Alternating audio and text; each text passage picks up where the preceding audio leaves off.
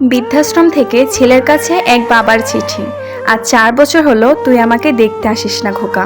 যদি পারিস আমাকে এক নজর দেখে যাস। আমার শরীরের কনিষ্ঠন ততটা ভালো না। ছোটবেলায় তুই একদিন ইলিশ মাছ খেতে চেয়েছিলি, আমার সামর্থ্য ছিল না তাই তোকে কিনে দিতে পারিনি। ওই দিনটাতে তুই রাগ করে ভাত না খেয়ে ঘুমিয়েছিস। আমি সারা রাত কান্না করেছি, সেই দিনটার কষ্ট আমি কোনোদিনই ভুলতে পারবো না। সেই থেকে আজ 32 বছর আমি ইলিশ মাছ খাই না। তোর মা অনেক বোঝাচ্ছিল তবু আমি খাইনি। তবে জানিস খোকা, ইলিশ মাছ কিন্তু আমারও খুব পছন্দের ছিল।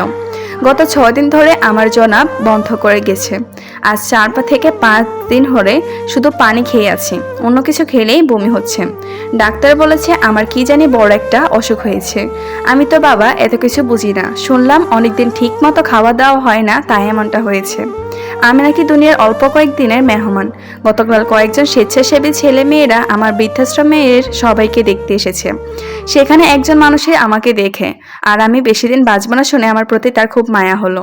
সে আমাকে বলছিল, চাচা আপনি আমার সন্তানের মতো, আপনার কি লাগবে আপনারা বলুন, আপনার যা লাগবে আমি কিনে দিব। আমাকে বলুন, আমার মৃত্যুর আগ শেষ ইচ্ছেটুকু আমাকে পূরণ করার সুযোগ দিন। তখন আমি তার কাছে বলেছিলাম, বাবা আমার একটা অনুরোধ রাখবে? সে বলল, চাচা বলুন। তখন তাকে বলছিলাম একটা বড় ইলিশ মাছ কিনে দিবে, তার সাথে আমাকে 3,000 টাকা দিবে। সে বলল অবশ্যই কিনে দিব। চাচা কি বলেন, আপনি এর থেকেও বেশি কিছু চাইলে কিনে দিতাম। তবে একটা সত্যি কথা বললেন, চাচা একটা বড় ইলিশ মাছ আর 3,000 টাকা দিয়ে আপনি কি করবেন?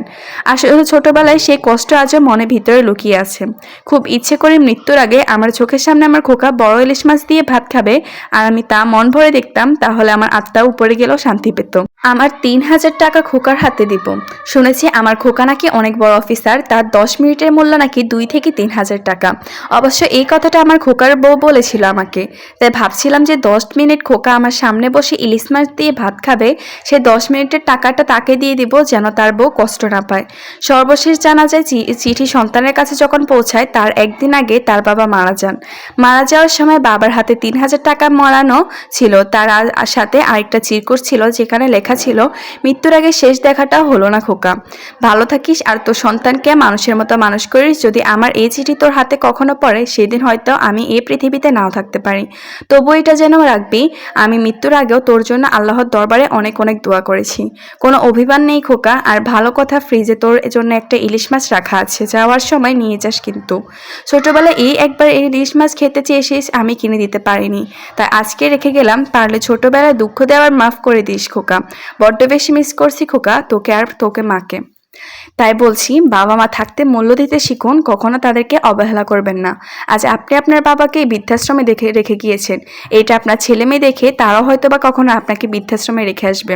তাই অন্যের প্রতি দয়া করতে শিখুন এবং নিজেও দয়াবান হন।